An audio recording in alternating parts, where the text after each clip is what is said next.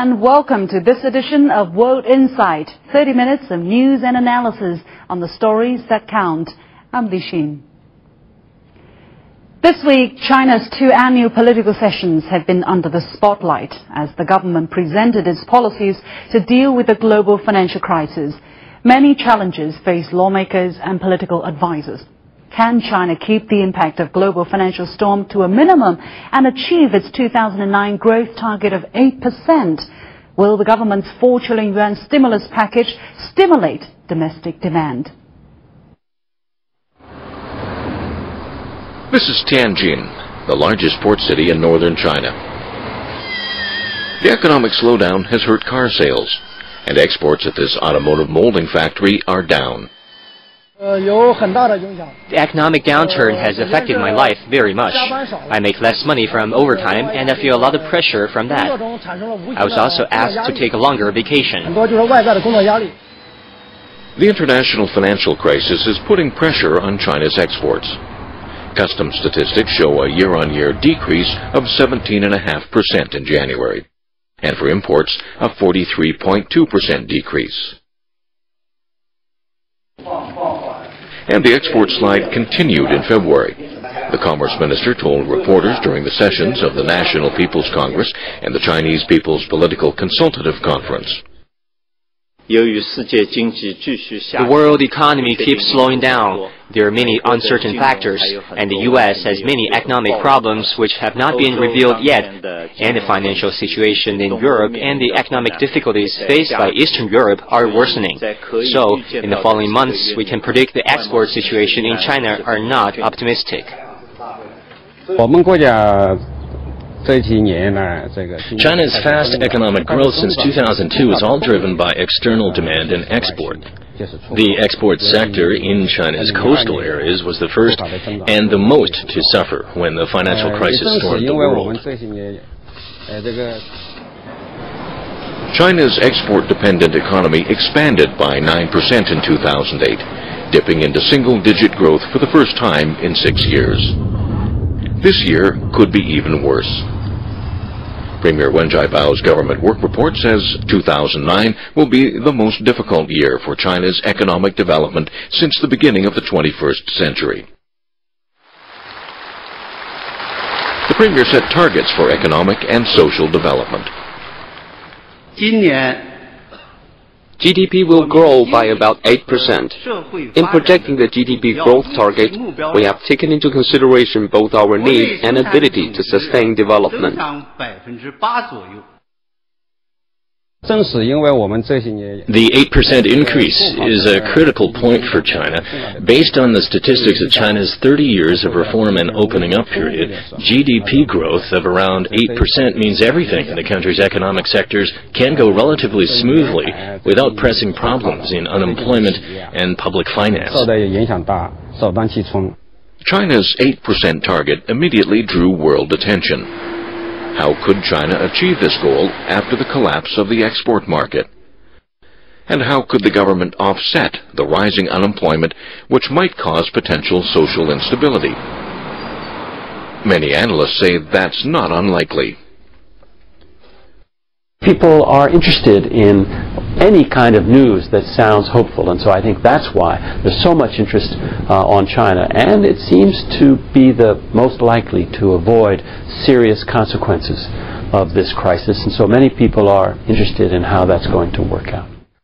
You shouldn't lose sight of the fact that China still will probably have the best growth rate of any major country in the world. The Chinese model, although it's shown that it's got flaws, it's got imperfections, frankly, right now seems to be working better than the alternatives.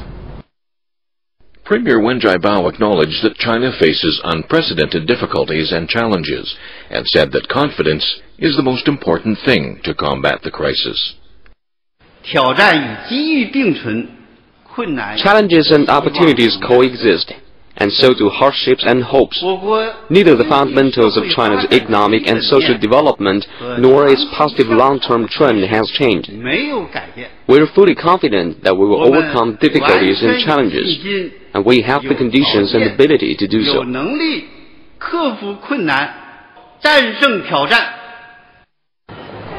Wen Jiabao believes the slowdown is beginning to bottom out, and the economy will be able to rebound with huge government investment.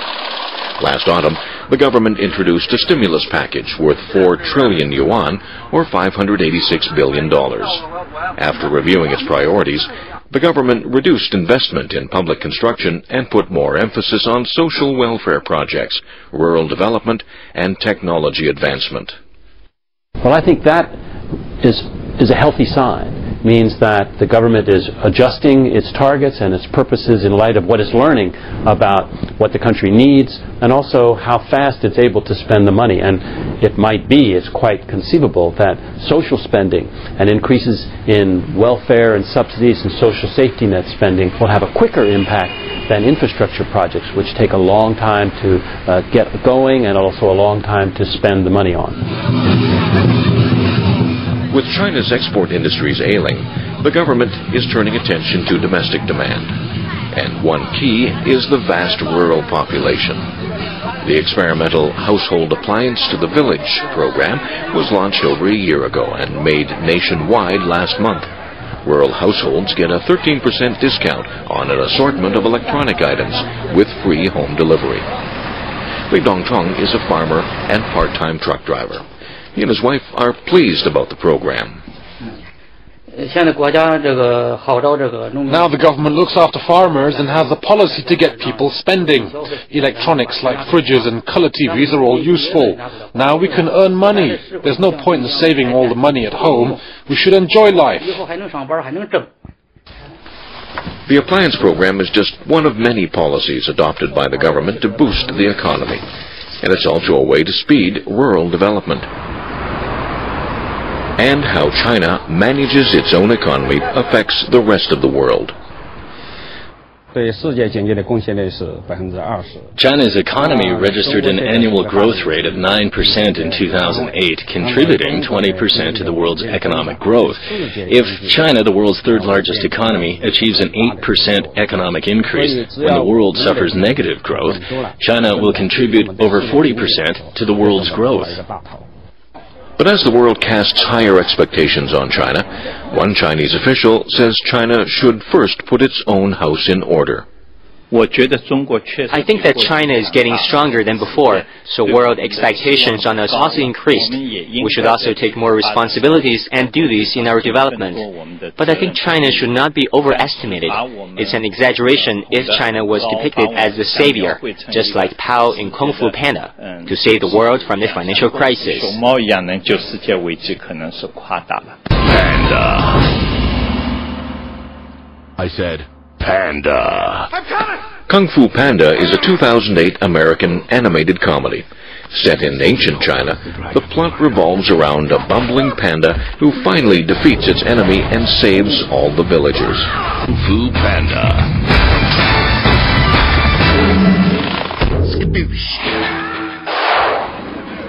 That's Hollywood. In real life, the economic threat has gripped the entire world. China is fighting on, but it will take an international army to beat the financial crisis. Analysts say if China maintains steady growth, it will make a great contribution to the world at this most difficult time. But China cannot recover until its key US and European export markets do, which might not happen until next year. And its immediate concern is one of the toughest consequences of the world economic slowdown, unemployment. The severe job shortage could lead to social instability that could be another drag on the economy. Changing jobs, changing fortunes. China plans training and massive investment to keep its rural labor force employed. And in the pink, the world's most famous fashion doll shows it's still going strong at 50.